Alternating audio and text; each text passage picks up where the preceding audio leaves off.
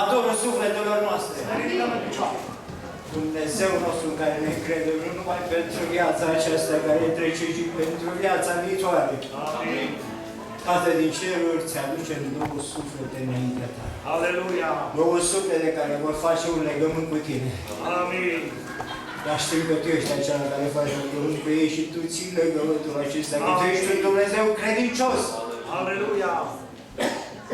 Te rugăm din toată inima, din tot sufletul, ca să-i păzești, să-i încurtești, să-i ajuți în toate. Amin. Să le dai binecuvântarea ta care este așa de minunată. Aleluia. Slava ta Aleluia. să o vadă întotdeauna. Și ochii ațintiți să fie către tine. Îți mulțumim pentru ei. Îți mulțumim pentru toată această strângere la o lată pe care te rugăm să o binecuvântezi. Amin. Binecuvântează, Tată din cerul, părinții care s-au rugat pentru ei. Amin. Frați și surori Amin. care s-au rugat pentru ei. Amin. Ca Domnul să le dea viață. Aleluia. Și iată că au primit viață. Amin. Te rugăm să-i binecuvântezi pe cei care au făcut orice fel de lucrare pentru locul acesta ca să poată să ajungă să facă un botez. Într-o biserică așa mică. Te rugăm să-i binecuvântezi, Tată din Iisus, te îngrijim de ei. Te rugăm să ne binecuvântezi pe noi, Tată din cerul, cei care facem botezul acesta în apă, după cuvântul Tău. Amin. Și te rugăm, Tată din ceruri, să primești mulțumirile noastre pentru toate. Să primești mulțumirile noastre pentru părintele, să primești mulțumirile noastre pentru întreaga congregație. Amin. Să primești mulțumirile noastre pentru că ai salvat viețile acestor tineri. Ți aducem cu numele înaintea ta, Jennifer și Joshua, mărit să fie numele Tău pe vecie. Amin. Amin. Să ocupăm locurile.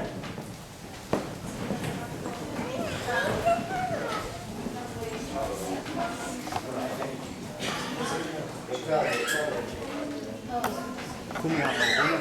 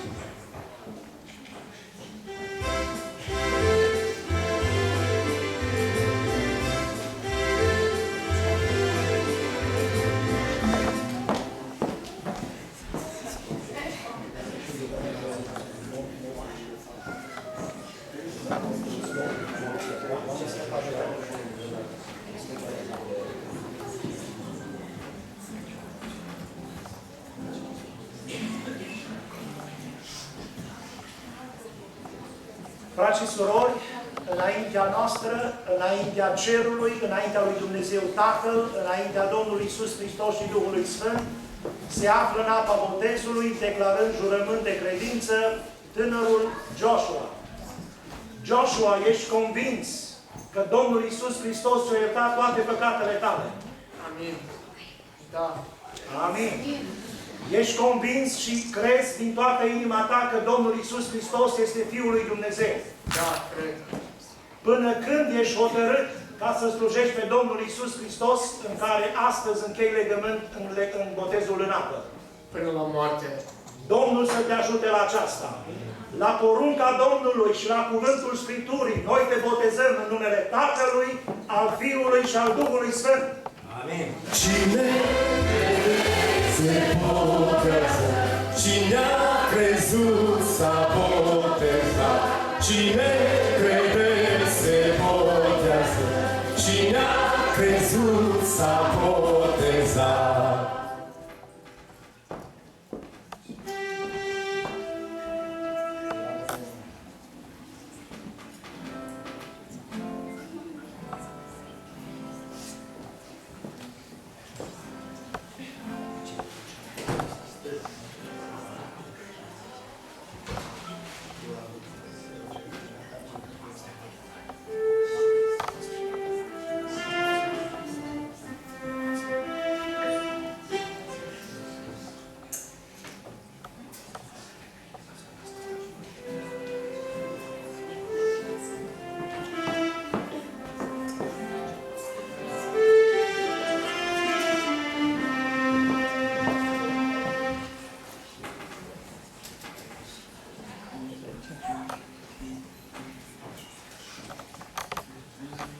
Frați și surori, iubită biserică, în apa botezului a intrat tânăra Jennifer.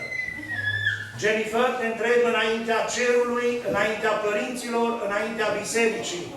Ești convinsă că Domnul Iisus Hristos ți-a iertat toate păcatele tale? Da. Ești convinsă și crezi din toată inima ta că Iisus Hristos este Fiul lui Dumnezeu? Da, cred. Până când ești hotărâtă ca să slujești pe Domnul Iisus Hristos așa cum ești astăzi în apă botezului? Până la moarte și în veșnicie.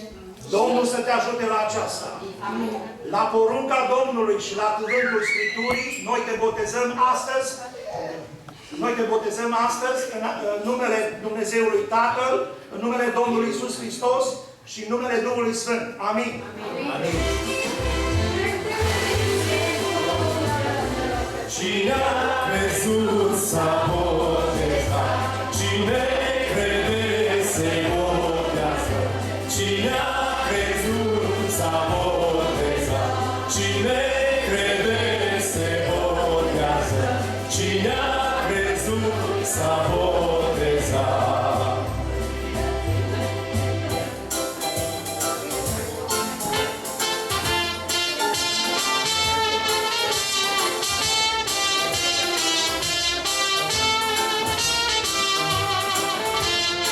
Câți în Hristos s-au botezat, în Hristos s-au îmbrăcat.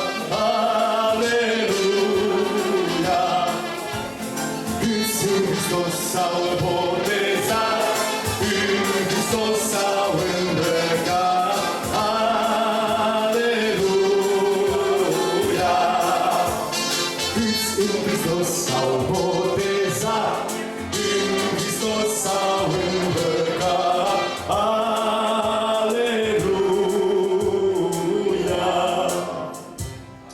Și fiecare, Amin. Amin.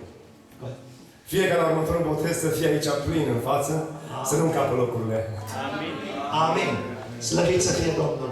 Frați și surori, ne ridicăm cu toți în picioare. În față vine fratele Daniel Berbec. Domnul să-l binecuvinteze. Va lua un microfon aici în față și se va ruga Domnului, mulțumind Domnului pentru toată lucrarea din ziua de astăzi, pentru harul acordat nouă, pentru cei care s-au botezat și tot în același timp vom cere binecuvântarea și pentru bucatele care s-au pregătit la masa de dragoste. Domnul să-l binecuvinteze. Frate Daniel, vină în față la microfon.